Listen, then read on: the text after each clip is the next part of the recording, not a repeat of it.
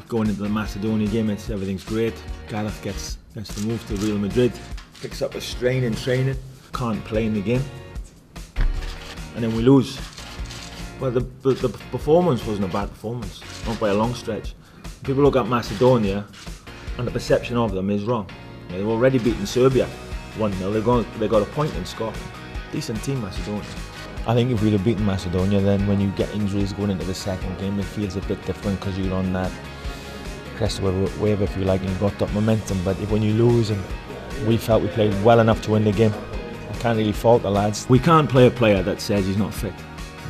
Conversation before the game with Gareth, tight groin from the day before, we can't take that chance.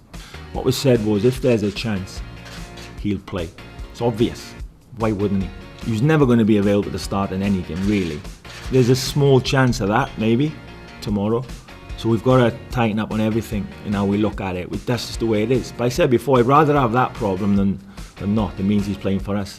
Nevertheless, still we got a chance if we pull it off tomorrow. You know, Craig's a big boy. He makes his own mind up. And he's been through a tough time himself the last year or two. No, I totally respect Craig's decision. If that's what he wants to do, he'll get every help from us in going forward. He's been a super servant for Wales.